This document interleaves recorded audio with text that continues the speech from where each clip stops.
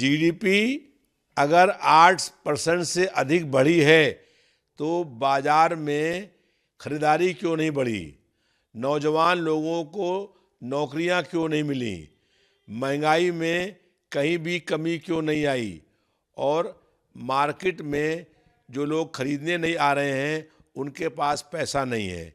गरीब और अधिक गरीब हो रहा है और मार्केट में खरीद करने के लिए उसके पास पैसे नहीं हैं।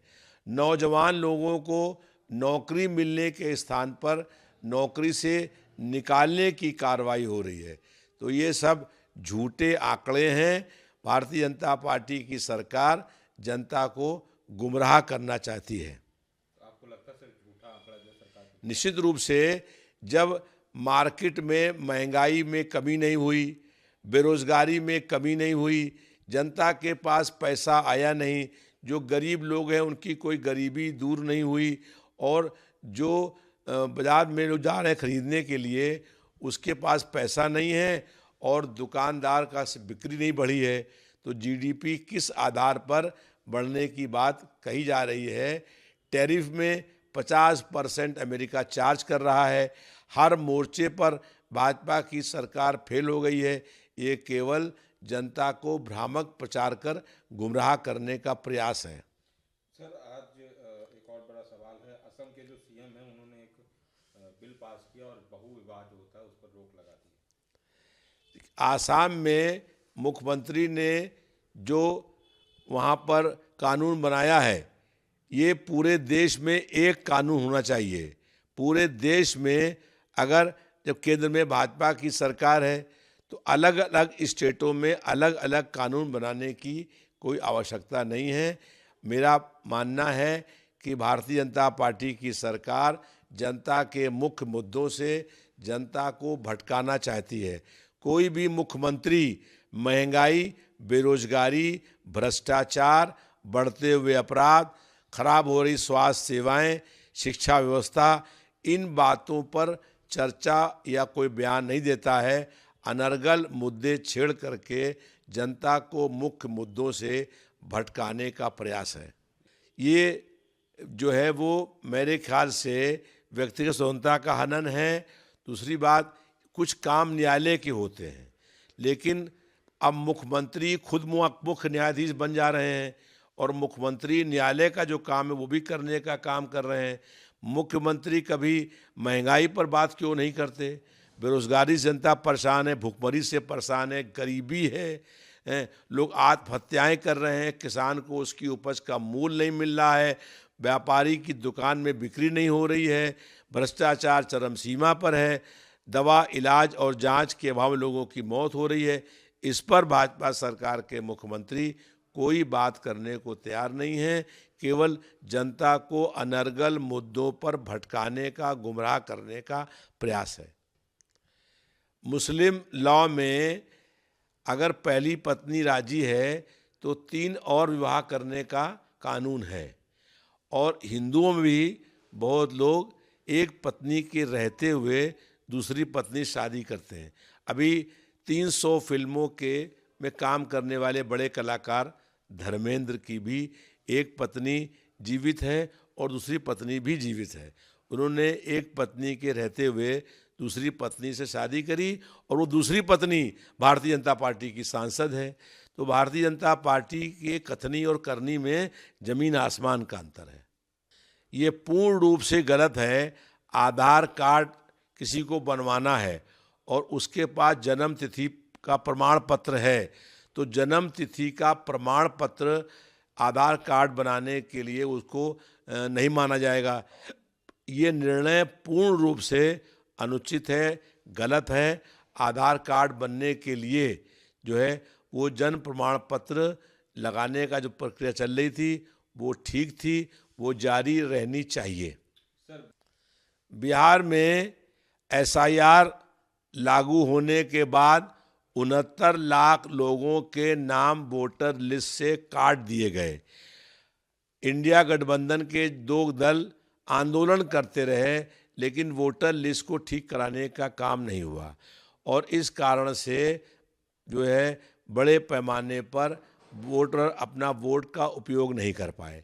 दूसरा, इंडिया गठबंधन बना, लेकिन उसमें 13 सीटें ऐसी थीं जहां पर आरजेडी और कांग्रेस भी आपस में चुनाव एक दूसरे के खिलाफ लड़ते रहे। तीसरी बात, समाजवादी पार्टी को एक भी सीट लड़ने के लिए नहीं दी गई। समाजवादी पार्टी ने एक भी सीट न लेकर के चुनाव प्रचार में धुआंधार प्रचार किया और समाजवादी पार्टी के राष्ट्रीय अध्यक्ष माननीय अखिलेश यादव जी ने वहाँ 26 बड़ी रैलियों को संबोधित करने का काम किया। 20 स्टार प्रचारक वहाँ भेजे जिन्होंने विधानसभा चुनाव में पूरे ताकत के साथ चुनाव प्रचार करने का काम किया। जब जनता को ये मालूम हुआ कि बिना एक सीट लड़े हुए भी समाजवादी से प्रचार किया, तो समाजवादी पार्टी के प्रति जनता का रुझान बढ़ा और जो है जन आधार बढ़ा। अब उत्तर प्रदेश में 27 में विधानसभा के चुनाव होने हैं। जनता ये चाहती है कि इंडिया गठबंधन में समाजवादी पार्टी के राष्ट्रीय अध्यक्ष माननीय अखिलेश यादव जी उसकी अगुवाई करने का काम करें। सर, इस पर देखिए, कांग्रेस पार्टी के एक बड़े नेता ने कहा है कि संगठन की कमजोरी के कारण से चुनाव हम लोग हारे हैं। अब ये उनका अंदरूनी मामला, संगठन उनका कमज़ोर है तो उनको संगठन मजबूत करना चाहिए। जैसे उत्तर प्रदेश में समाजवादी पार्टी पूरी ताकत के साथ SIR में नाम बढ़वाने का काम कर रही है, कोई भी मतदाता का नाम छूट नहीं पाए ये प्रयास कर रही है। ऐसा ही प्रयास कांग्रेस पार्टी को भी करना चाहिए था और हम लोग ये चाहते हैं कि एक भी मतदाता का नाम वोटर लिस्ट से कटने ना पाए। भारतीय जनता पार्टी की सरकार विपक्षी मतदाताओं के वोटर लिस्ट से नाम कटवाने का प्रयास कर रही है और धांधली बेईमानी करके चुनाव जीतना चाहती है। बिहार से पहले जो लोकसभा के चुनाव हुए, विधानसभा के चुनाव हुए, उसमें भारतीय जनता पार्टी ने वोट चोरी करने का काम किया, लेकिन बिहार में तो वोट का डाका डालने का काम किया। चोर अब डकैत हो गए हैं, उनसे मुकाबला करने के लिए सब लोगों को एकजुट होना पड़ेगा। देखिए, कांग्रेस पार्टी गठबंधन करती है लेकिन गठबंधन के नियमों का पालन नहीं करती है। बिहार में चुनाव हुआ और 13 जगह पर आरजेडी के खिलाफ कांग्रेस पार्टी के प्रत्याशी चुनाव लड़े और जनता में इसकी छवि खराब गई। ऐसे ही 2017 में मैं उस समय सिटिंग विधायक था, प्रदेश सरकार का कैबिनेट का मंत्री था और मेरा टिकट घोषणा हो गई। राहुल गांधी जो उस समय कांग्रेस पार्टी के राष्ट्रीय अध्यक्ष थे और अखिलेश यादव जी समाजवादी पार्टी के राष्ट्रीय अध्यक्ष थे, दोनों लोगों ने एक साथ रोड शो किया और मेरे लखनऊ मत क्षेत्र में 50% से अधिक जगहों के ऊपर जो है वो राहुल गांधी ने मेरे लिए वोट मांगा और फिर 30 जनवरी को गठबंधन होने के बावजूद एक प्रत्याशी खड़ा कर दिया। तो कांग्रेस पार्टी गठबंधन नियम का पालन नहीं करती है। जब हम वहाँ पर सिटिंग विधायक हैं, प्रदेश सरकार के मंत्री हैं, तो 2017 में कांग्रेस पार्टी ने मेरे खिलाफ प्रत्याशी क्यों खड़ा किया? और जबकि जो है वो ब्रजेश पाठक चुनाव लड़ रहे थे बीजेपी से और वो जिता दिया, जीत गए। 22 में चुनाव हुआ तो फिर कांग्रेस पार्टी फिर लड़ी, गठबंधन नहीं हुआ और ब्रजेश पाठक जो डिप्टी CM हैं ये क्षेत्र छोड़ करके यहाँ से भाग गए और मैंने भारतीय जनता पार्टी को लंबे अंतर से चुनाव हराया और कांग्रेस पार्टी का कहीं नामो निशान नहीं रहा। तो कांग्रेस पार्टी का गठबंधन करने से पहले उसको ये तय करना चाहिए कि हम गठबंधन के नियम का पालन करने का काम करेंगे। और समाजवादी पार्टी वैसे अकेले ही उत्तर प्रदेश में सरकार बनाने में सक्षम है और समाजवादी पार्टी भारतीय जनता पार्टी का विकल्प है। फिर भी हम चाहते हैं कि इंडिया गठबंधन का चुनाव हो, गैर भाजपाई वोटों का बंटवारा ना होने पाए, तो कांग्रेस पार्टी को समाजवादी पार्टी से मिल करके चुनाव लड़ना चाहिए और गठबंधन के नियम का पालन भी करना चाहिए। यानी कि सारी नहीं बरतती है इसका। मुझे व्यक्तिगत रूप से मैंने आपसे कहा कि मुझको ये है कि 2017 में समाजवादी पार्टी और कांग्रेस मिलकर चुनाव लड़े गठबंधन से और मेरा टिकट तय हो गया। टिकट तय होने के बाद लिस्ट आउट हो गई और राहुल गांधी जी जो कांग्रेस पार्टी के अध्यक्ष थे, मेरे साथ मेरे चुनाव क्षेत्र में मेरे लिए प्रचार किया, मेरे लिए वोट मांगे और एक दिन बाद ही कांग्रेस पार्टी के ने अपना प्रत्याशी खड़ा कर दिया, उससे भाजपा जीत गई। तो गठबंधन करे अगर कांग्रेस पार्टी तो गठबंधन के नियमों का पालन करना चाहिए। कांग्रेस पार्टी गठबंधन होने के बाद भी समाजवादी पार्टी के प्रत्याशियों के खिलाफ चुनाव खड़ा कर देती है और ऐसे ही बिहार में हुआ कि आरजेडी के खिलाफ 13 प्रत्याशी खड़े हो गए। तो उससे जनता में छवि खराब जाती है कि ये गठबंधन भी कर रहे हैं और चुनाव भी खिलाफ लड़ रहे दूसरे के।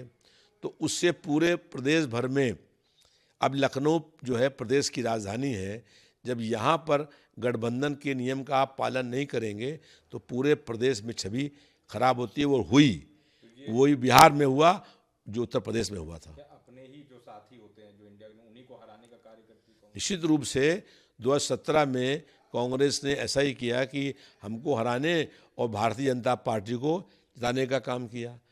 वहाँ से वो जीत गया और बाद में 22 में चुनाव हुए, जब हम फिर चुनाव लड़े, गठबंधन नहीं था तो कांग्रेस पार्टी को वोट ही नहीं मिले और हमने ब्रजेश पाठक जो डिप्टी सीएम हैं वो सीट छोड़ करके यहाँ से भाग गए और हमने भाजपा को बड़े अंतर से चुनाव हराया।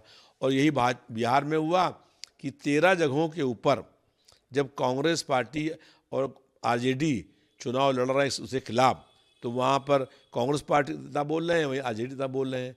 तो उनको जो है पूरे प्रदेश भर में बिहार के ये हवा हो गई कि ये गठबंधन जो है पहले से ही गठबंधन जो है मजबूत नहीं है। यानी कि कांग्रेस ने ही बिहार में जो है निश्चित रूप से जो है वो और भी कई कारण थे, उसमें एक कारण ये भी था जो SIR लागू हुआ उसमें आंदोलन करने का काम किया। उस समय वोटर लिस्ट को ठीक करवाने का काम करना चाहिए था, मेरा अपना मानना है। इंडिया गठबंधन में जो दल हैं सबके अंदर त्याग की भावना होनी चाहिए। जैसे समाजवादी पार्टी ने त्याग की भावना दिखाई कि बिहार में एक भी सीट पर चुनाव टिकट नहीं मिला उनको, लेकिन समाजवादी पार्टी ने रैलियां, सभाएं, जनसंपर्क सब कुछ करने का काम किया कि इंडिया गठबंधन चुनाव जीत जाए। इसलिए जो नेता हैं कांग्रेस, देखिए उत्तर प्रदेश में, और आप कह रहे हैं कि उनकी वजह से हम लोग सरकार, उत्तर प्रदेश में सबसे बड़ी पार्टी समाजवादी पार्टी है और इंडिया गठबंधन की नंबर 2 की सबसे बड़ी पार्टी है। 37 सांसद हैं जो देश के, और उसमें उस पार्टी को, जिसका वहाँ बिहार में बहुत संगठन है, उसको एक भी सीट नहीं दी गई। अब बताइए कहाँ का न्याय संगत बात है। अगर समाजवादी पार्टी को ने फिर भी त्याग किया और जो इंडिया गठबंधन के और दल हैं, इसीलिए वो चाहते हैं कि अखिलेश यादव जी इंडिया गठबंधन की अगुवाई करें। जनता ये चाहती है कि कितना त्याग की भावना है कि एक भी सीट नहीं मिलने के बाद भी 26 बड़ी रैलियों को संबोधित किया, कई दिन बिहार में रह करके जनसंपर्क, रोड शो करने का काम किया। और जब जनता को ये लगा कि ऐसे ही त्याग करके जो है जनता में छवि अच्छी होती है, आपस में लड़ करके, गठबंधन होने के बाद फिर आपस में लड़ करके छवि खराब होती है।